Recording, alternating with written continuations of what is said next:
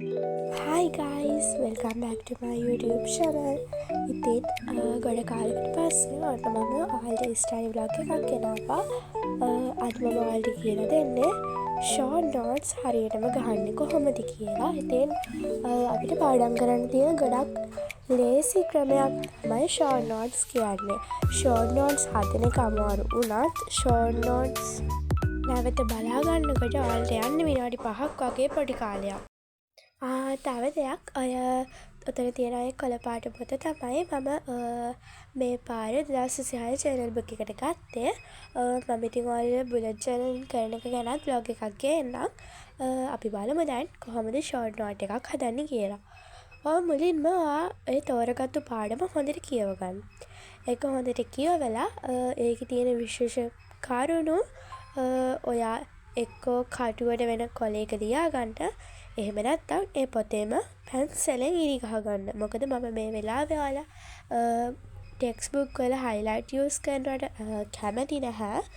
ඉතින් මමත් එහෙම කරන්නේ නැහැ. ඉතින් ඔයාලත් පැන්සලෙන් ඉරි ගහගන්න. ඊට පස්සේ ඔයාලා A4 කොලයක් එහෙම නැත්තම් ඔයාලා පුල්ස් කැප් කොලයක් හරි කමක් නැහැ අරගෙන ඒක සිරස් අතට දෙකට නමා ගන්න. එතකොට අපිට පැති 4ක් එනවා. ඉතින් මේ පැති 4 අපි අර හොයාගත්තු විශේෂ පොයින්ට්ස් ටික ලස්සනට ඔයාලගේ මාතෘකාවේ ලියලා පිළිවෙලට ලියාගෙන යන්න. ඉතින් ඔය විදිහට පිළිවෙලට ඒ පොයින්ට්ස් ටික ලියා ගන්න. ලියලා බලන්න ඔයාලට එතනදී අතපසු වෙච්ච දේවල් ඒ වගේම ඔයාලට එතන තියෙන විශේෂ දේවල් වලින් ඔයාලේ විශේෂ දේවල් නිවැරදිව ලියලාද ඒ වගේ ගොඩක් දේවල් බලාගන්න. ඉතින් මේක හදනකොට ඔයාලට ටිකක් වෙලා යනවා. මොකද ඔයාලා ඒක රීචෙක් කර කර තමයි මේක හදාගෙන යන්න ඕන. ඉතින් ඔයාලට එතකොට ටික වෙලාවක් ගියත් ඔයාලා මේක හදලා ඊට පස්සේ නැවත ඔයාලගේ එක්සෑම් එකට කලින් මේක බලා ගන්නකොට ඔයාලට යන්නේ ඉතාමත් පොඩි කාලයක්. ඉතින් ඔය විදිහට අර සිරස් අතට A4 කොලේ නමලා පැති 4ක් ගන්න එකෙන් වාසියක් තියෙනවා. එතකොට ඔයාලට එක A4 කොලයක සම්පූර්ණ පාඩමක් උනත් ලියන්න පුළුවන්.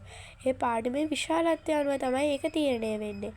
ඉතින් අපේ පොත්වල පිටු ගානක තියෙන පාඩමක් එක A4 කොලයක ලියාගත්තාම අපිටත් අර නිකන් අපිට පාඩම් කරන්න තියෙන පොඩ්ඩක් වගේ තියෙන ෆීල් එක එනවනේ. එතකොට අපිට තවත් පාඩම් කරන එක එපා නොවී පාඩම් කරන්න ආස හිතෙනවා. ඉතින් ඒ විදිහට ෂෝට් නෝට්ස් හදලා පාඩම් කරලා බලන්න. මම මේ කිව්වේ මම ෂෝට් නෝට්ස් හදන විදිහ ගැන. ඉතින් ඔයාලට ගැලපෙන විදිහකට ෂෝට් නෝට්ස් හදන්න. ඉතින් මේ ක්‍රමයටත් හදලා බලන්න. මේ ක්‍රමය හරි ගියොත් මේ විදිහටම ඉදිරියට ෂෝට් නෝට්ස් හදන්න. ඉතින් ඔයාලා ඒ විදිහට ෂෝට් නෝට්ස් හදලා පාඩම් කරලා බලන්නකෝ. ඉතින් මමත් මුල් කාලේ පාඩම් කරනකොට ගොඩක් බයෙන් හිටියේ. මොකද ඒවා මතක තියාගන්න ගොඩක් අමාරුයි. කටපාඩම් කරනවා කියන එක ලේසි දෙයක් නෙමෙයිනේ. ඉතින් කටපාඩම් කරාම අපිට ඉක්මනට අමතක වෙනවා. ඉතින් එහෙම මම ගොඩක් බයෙන් ඉන්නකොට තමයි මගේ තාත්තා මට මේ ක්‍රමය කියලා දුන්නේ. ඉතින් මම එදා ඉඳන් ෂෝට් නෝට්ස් හදලා පාඩම් කරනවා. එතකොට මට හොඳට මතකත් හිටිනවා. ඒක නිසා මට ක්ලාස් එකේ හොඳ ප්ලේස් එකකට එන්න පුළුවන් වුණා. ඉතින් ඔයාලටත් මම කියන්නේ මේක 100%ක්ම මට නම් සාර්ථක වෙච්ච ක්‍රමයක්. ඔයාලත් මේකට අනුව පාඩම් කරලා බලන්න. ඒ වගේම මේ වීඩියෝ එක ඔයාලට වැදගත් වුණා නම් මම සබ්ස්ක්‍රයිබ් කරන්න. ඒ වගේම ඔයාලගේ යාළුවන්ටත් මේක බලා ගන්න ෂෙයා කරන්න. ඉතින් මේක වැදගත් වුණා නම් ලයික් එකකුත් දාලා ඔයාලගේ අදහසත් කමෙන්ට් කරන්න යන්න. ඉතින් හැමෝටම